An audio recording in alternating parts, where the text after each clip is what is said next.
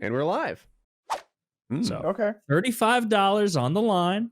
Oh, all right. So Kyle has been making bucks.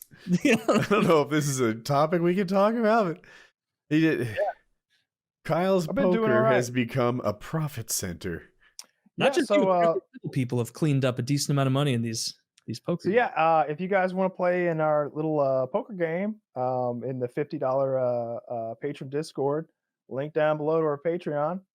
You could very easily make that $50 back in I don't know, 30 seconds playing in our little cash game we have every night. We don't take a rake or anything because that's crime. So we just play a little friendly cash game. Small stakes, and we usually play 6 to 8 or 9 handed or something, whatever the table will hold. We usually got a full table, and it's been a lot of fun. I've been playing, I don't know, somewhere between 6 and 12 hours a day. You win and, literally every day, Kyle. Have you had any down days? I must have had a down day. Not in recent memory. I mean, like, it's all about like the total overall winnings and losings. We were playing tournaments, and where you pay the first, second, and third place guy in the tournament, and everybody else gets nothing. It's my least favorite kind of poker. It's not. It's my least favorite. It's not the kind of poker that I grew up playing. It's not the kind that I played for a living. It's what I'm least familiar with. It's not even what I like to watch on TV. It's very different. It's like, oh, I got a good hand, everything in the middle, because the implied odds are just wonderful. It's like, oh, if I double up or even triple up here, then I'm the chip leader and I can just say check over and over until there's just me and one other person left. I'm just guaranteed money. Whereas, and also the blinds are always going up. The forced bet, it's always increasing over time. This is to weed out weaker players and to force them How's into a difficult blind decisions. different than an ante? Is it the same thing? So it's very similar. So in Texas Hold'em, you have a small blind, which might be $1, and then you have the big blind that follows right after it to the left, clockwise, which will be $2. It's usually double, but it varies a little bit. You could be 1 and a 3, and then an ante would be a compelled bet from all the players. So it would usually be much smaller. So let's say you'd have like a small blind would be $1, big blind would be $3, and then everybody would ante 50 cents who wasn't in the smaller big blind. So it just an ante happens before you see your own cards, and a blind is when you decide that you like your cards negative. enough to. Okay. These are all examples of compelled bets, forced bets that just happen. Now we don't use an ante. It's something that's often used in cash games and poker games. It's a rule set variation. It's not something we do. We also don't allow straddling, which I'm not going to get into. It's just more poker nonsense. So the only difference between an ante and a blind is whether it happens at the very beginning or when it's your turn. No. These are all compelled bets that happen every time you're dealt a hand. They sound exactly the same. They are exactly the same. It's the amounts that they are that are different. Oh, okay. The only difference between an ante and a blind is that blinds are not the same for everybody. They're rotating around. So I'm the dealer. The guy to the left of me, he is the small blind. He has to put in $1.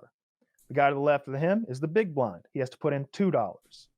Everybody at the table has to put in 50 cents who isn't the small blind or the big blind. Now I'm going to deal you all cards. The next hand, this guy is going to be the dealer. That rotates to the left. What's the logic of the blind? You just get fucked?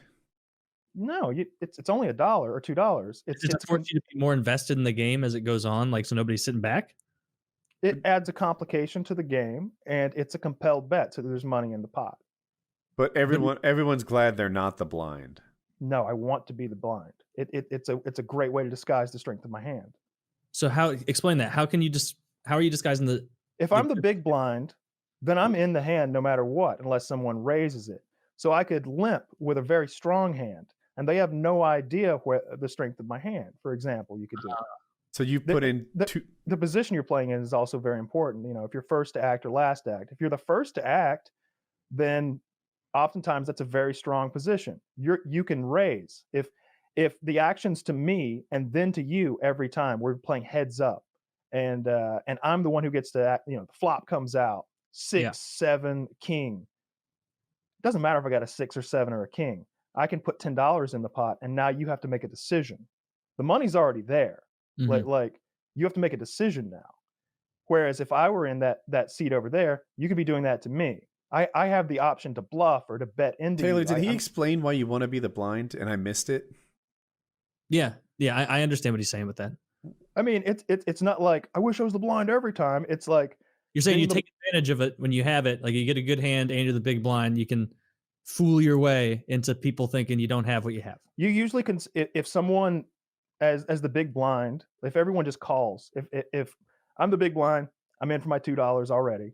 Everyone to the left of me begins acting. Fold, Mhm. fold, fold, fold, call. He puts his $2 in. Call. He puts his $2 in. Fold, fold. Small blind says, "Yeah, I'll put one more dollar in." And then now I have my option. I can check, which means pot's good, or I can raise. I'm the last to So what's act. happening with this being big blind is you're prepaying. Everyone else will pay if they want to stay in there, and Yes. it evens up. So in the Yeah, yeah, very it beginning, rotates around. it It's not a kind big of deal. no, it's not the rotating. In that hand, it rotates around. Everyone Mhm. catches up to your $3 beginning. When you first explained it, you were like, "I had to pay $3 to play. Everyone else gets to pay less." That's what it sounded like, and I'm like, "Oh well, No. this just blows." But you're Yeah, the saying minimum to get to the flop, the three initial cards that are dealt out on the board is going to be what the big blind is, unless the pot's raised, and then you have to call that. But the least amount of money that you're ever going to pay to see a blind in this scenario, to see a flop, to continue in with your hand is $2. You're either fold or call or raise. These are your three options. Okay. In any case, we have a very lively game. It's a lot of fun. So if you want to play, I know a couple people have joined the Patreon just to play poker, and they've done pretty well so far. I want some patron, some new $50 guru to come in and just start Sure. cleaning up. Ngannou's gonna Time not Kyle was on. Ngannou. Who's the guy we had on the show, the pokey player, who's not a professional fighter? Negreanu. Negreanu. It's very close. Well, we also had Doug Polk on. He's a poker player. No, we didn't. No, we I was suggesting him as a future guest earlier. yeah, if we had Ngannou on, it'd be fun to watch him clean up and take the money. Sure. I guess he Although, would. like, yeah, I mean, we're playing such small stakes. It's kind of weird. The higher the stakes, the higher the skill level, because people don't want to get out of hand and do silly things when there's hundreds of dollars or thousands of dollars or tens or hundreds of thousands of dollars in play. When you watch like the big cash games on TV where everyone's sitting there with between 100,000 and $1 million, and that can be at risk at any point, they don't step out of line too much. Yeah, it must be weird to play with big dollars like that. Yeah, the most I've ever played is like $2, $5. So, the minimum you're ever going to pay to see a flop is $5. And in poker, like a standard pre-flop raise, like let's say I've got a good hand, I want to raise it to sort of get a bunch of people to fold because I don't want to play against five people if I've got pocket aces. The odds of someone's got an 8-9, the odds of them making uh, a uh, a straight are pretty good. So yeah, it's I don't know what this is. Told you we've had him on the show. We had this guy on the show? Yeah. Shit. I don't remember that. I don't remember that at all. That's funny. I know. Yeah. It all blends together. It all blends together. I guess we did have Doug Polk on the show. I'd love to have him again. I've been watching his content recently. Yeah. Deep fakes yeah. are getting good, aren't they, Kyle?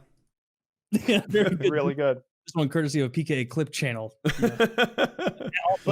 Expert. But yeah, we used to play 2-5 a little bit. That was the bigger game that I played in. So you have to sit down with $500 to be at all competitive. But most people would sit down with $1,000 to $1,500, and so the pots can sometimes one hand you could win or lose, $3,000 potentially. But that's as big a stakes as I've ever played, and that's not that crazy. Like, I mean, it's no fun to lose $1,000, but it's not life changing money. But what we're playing is what usually 10 cents and 25 cents or 25-cent 50 cents.